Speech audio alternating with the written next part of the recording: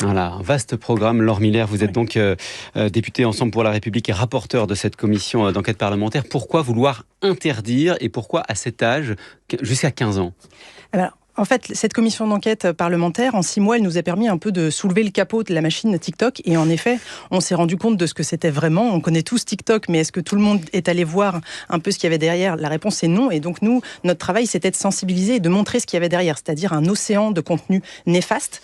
Pour quelles raisons ces contenus néfastes, ils sont très largement visibles par nos jeunes ? Parce qu'en fait, l'algorithme pousse ce qui retient notre attention et non pas ce qui nous plaît.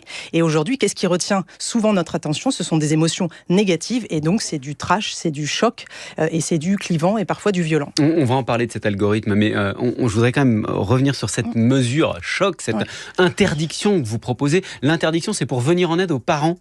Bien sûr, et c'est pour finalement mettre en application une sorte de principe de précaution.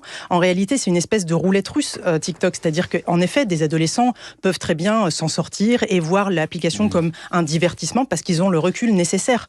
Mais il y a aussi l'adolescence, c'est une phase par essence de fragilité, de vulnérabilité. Est-ce que vous accepteriez de jouer à la roulette russe s'agissant du bien-être de votre enfant ? Je ne crois pas. Et donc l'interdiction, c'est une forme de principe de précaution pour protéger nos enfants. Et en effet, 15 ans, ça aurait pu être 16 ans, ça aurait pu être 14 ans, c'est très difficile. Mais il y a même une piste qui est de l'interdire carrément jusqu'à 18 ans. Bien sûr. Et c'est ce que préconisait d'ailleurs, souvenez-vous, la commission écran enfant de l'année dernière. Pourquoi pas ?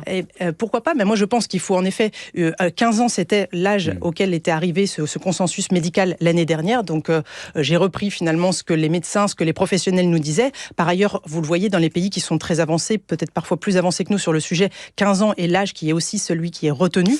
Donc il y a une forme de consensus aussi au sein de notre société sur cet âge. En revanche, en effet, si on n'arrive pas à faire entendre raison et à gagner ce bras de fer avec les plateformes, il faut aussi envisager l'hypothèse que dans 2 ou 3 ans, on puisse aller jusqu'à 18 ans si les contenus sont toujours aussi néfastes. Alors cet algorithme, il faut qu'on en parle. David, d'ailleurs, algorithme, c'est la formule mathématique qui met en avant certains sujets plutôt que d'autres. Et la maman de Lilou qu'on a entendue, qu'on va réentendre d'ailleurs, elle dénonce ça. Oui, exactement. Plus sa fille regardait des vidéos liées justement à son mal-être, eh bien, plus l'algorithme l'abreuvait de contenu morbide, une spirale infernale en quelque sorte, incompréhensible pour Martine.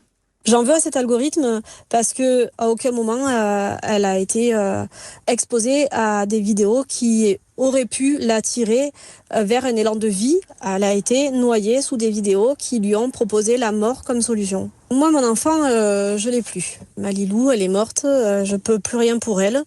Mais je peux peut-être faire des choses, je peux peut-être mettre des petits grains de sable pour les autres. J'ai une petite dernière que j'ai envie de protéger. Il faut que cet algorithme arrête d'entraîner les